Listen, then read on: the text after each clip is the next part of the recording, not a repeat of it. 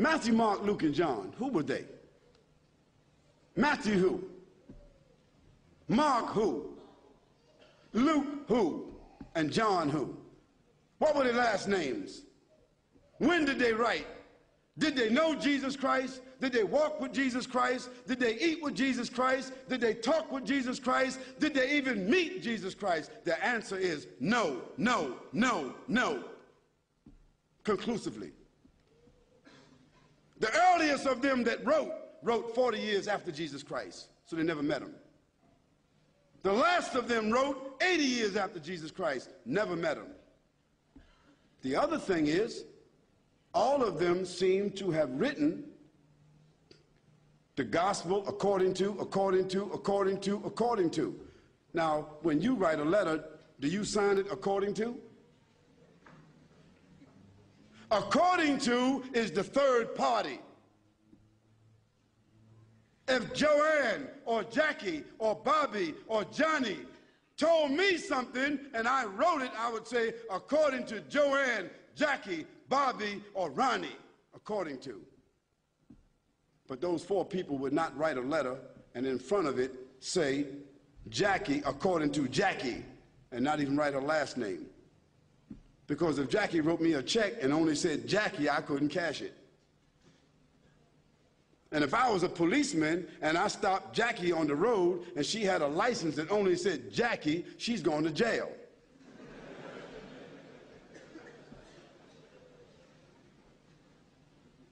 Where in the world is a document with only one name of four different writers that did not meet the one whom they're writing about? Where is that accepted in the whole world? Nowhere except in the Bible.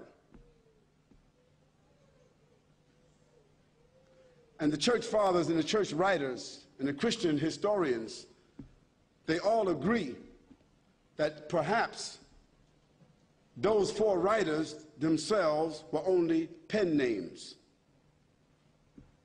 Because a writer would not write his first name according to.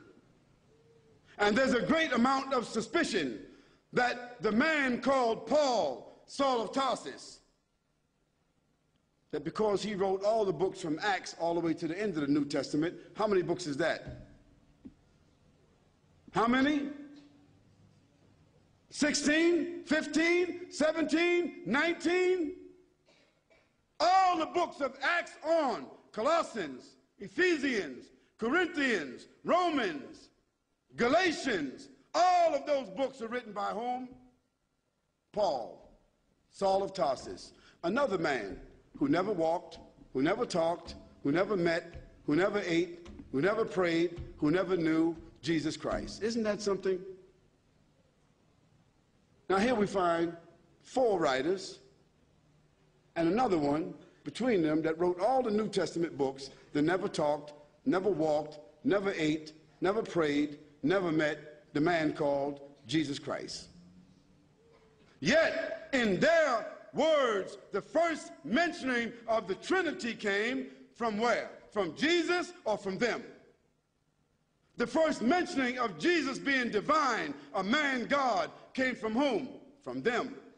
The first mentioning that Jesus is the Son of God came from whom? From them.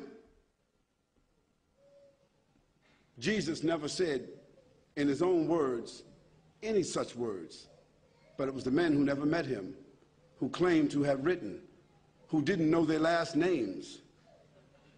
And Paul, by the way, before he had that vision on the road to Damascus that only he saw and only he heard, guess what his occupation was?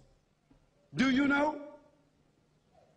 He was a bounty hunter, a hunter of Christians, hunting them down like animals, binding them and bringing them to where?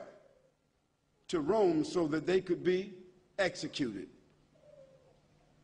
Now, if Hitler, after killing thousands of Jews, said that on the road to Berlin, he had a vision that he was named an apostle to the Jews, and he wrote 20 books that all the Jews are supposed to follow, Do you think they would be following that book?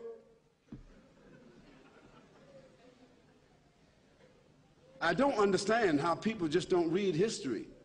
This is not what Khaled said, so don't get angry with me.